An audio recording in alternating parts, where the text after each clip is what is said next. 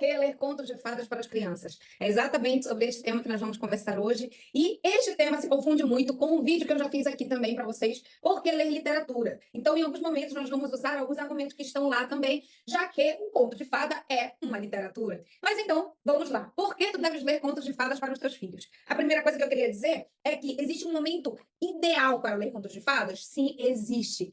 Existe uma janela de oportunidade que tu tens que aproveitar para ler contos de fadas para as crianças.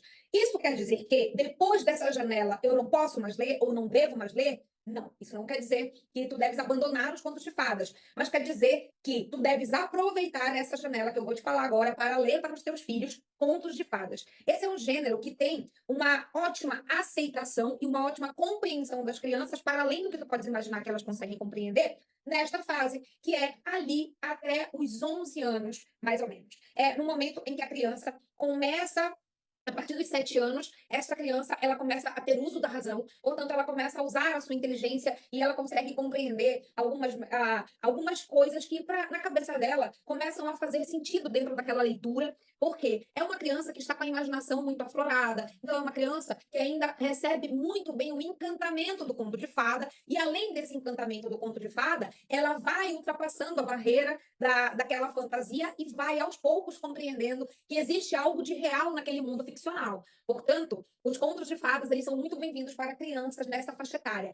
Quanto mais novo, menor que 11 anos, por exemplo, ali 8, 9, 7, 8, 9, é um momento assim brilhante para você apresentar para o seu filho contos de fadas. Mas e para o meu filho pequeno, eu não devo apresentar contos de fadas? É claro que tu deves apresentar. Porém, nessa fase pequena, tu vais precisar de umas versões adaptadas dos contos de fadas, porque muitos deles têm alguns temas que já não são tão adequados para aquela criança pequena, ou até mesmo não são tão bem compreendidos. Portanto, para a criança pequena, tu deves ler contos de fadas, porém, estes contos de fadas devem ter uma certa adaptação para crianças nesta faixa etária.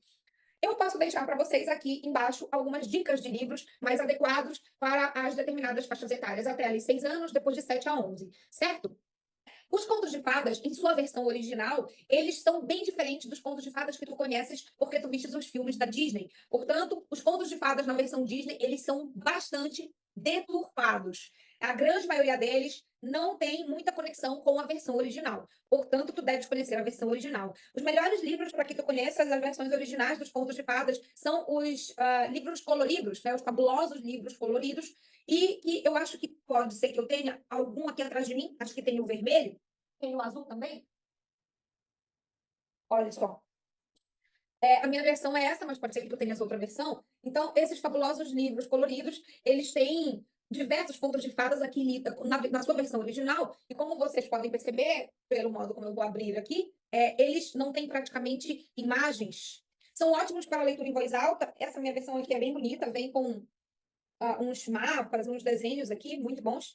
E acredito que crianças a partir de 8 anos se beneficiem mais desse tipo de leitura. Então, crianças a partir de 8, 9 anos se beneficiam mais porque são os contos originais, então o linguajar, né, a linguagem, as palavras utilizadas, até o fato de não ter tantas ilustrações, também são mais atrativos para estas crianças.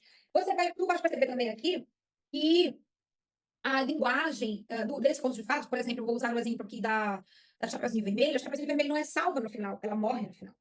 E pode ser que tu te depares com essa situação e penses, que crueldade, como eu vou contar para uma criança de 8 anos que não teve solução? E aí tu vais procurar interpretar da melhor maneira o conto de fada. Por isso, eu recomendo que tu sigas o canal e que tu acompanhes por aqui as nossas interpretações, que vão te dando uma luz. Mas no caso da Chapeuzinho Vermelho, há uma mensagem muito clara ali. A desobediência e a soberba, ela não, muitas vezes, ela não tem uma segunda chance. Então, por isso nós devemos obedecer aos nossos pais, por isso nós devemos obedecer a Deus, porque muitas vezes nós não temos uma segunda chance. Existem muitas ocasiões na vida em que nós vamos perder completamente a chance de realizar alguma coisa, de fazer algo, porque nós deixamos passar o tempo. Portanto, esse é o aprendizado da Chapeuzinho Vermelho. Ela não é salva no final, porque existem situações na vida em que nós não podemos vacilar.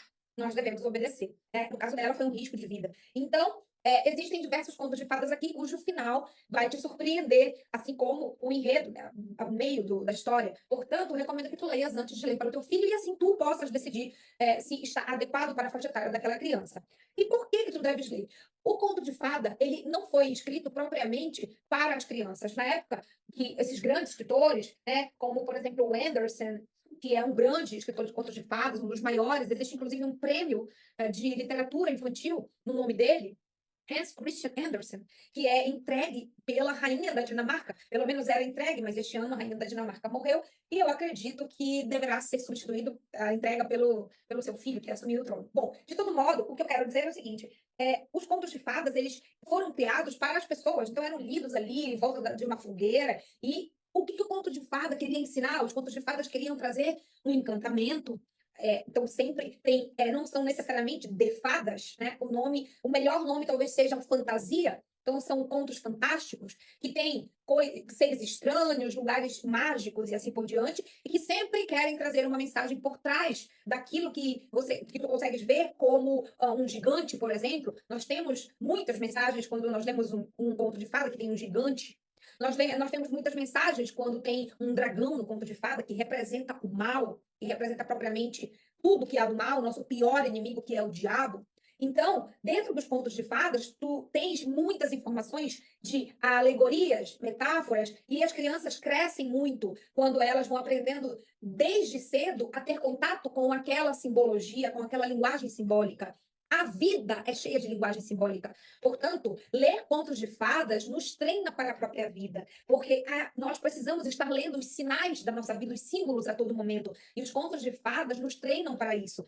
As crianças, no início, não vão absorver toda aquela simbologia, mas à medida que elas crescem em maturidade literária, elas começam a olhar os contos de fadas de outro modo, e elas começam a captar a essência de alguns símbolos. Portanto, essa leitura simbólica, ao meu ver, será o ponto central aqui da nossa aula, do nosso vídeo, porque é o maior ganho que você tem num conto de fada. Além, é claro, desse encantamento, da fantasia. Muitos de vocês podem dizer: eu não gosto de contos de fadas porque é tudo muito irreal, é tudo muito ilusório.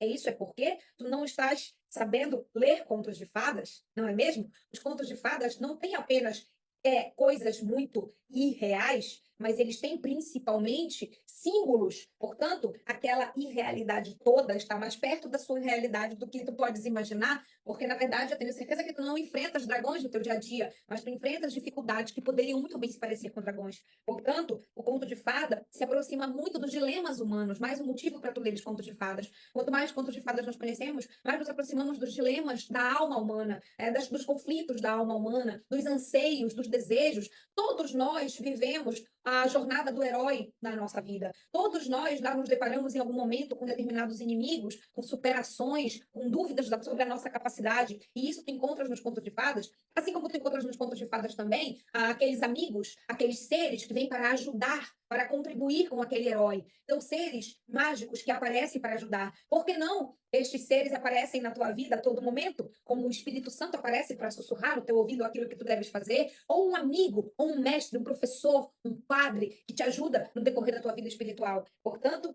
a fantasia, se tu olhares com calma, ela se parece muito com a nossa realidade. Então, a fantasia não tem nada de algo que está fora da nossa realidade. Os contos de fadas servem, portanto, para nos aterrar na realidade, para nos trazer elementos que podem fazer com que nós consigamos enxergar a realidade de uma maneira mais fática, mais concreta.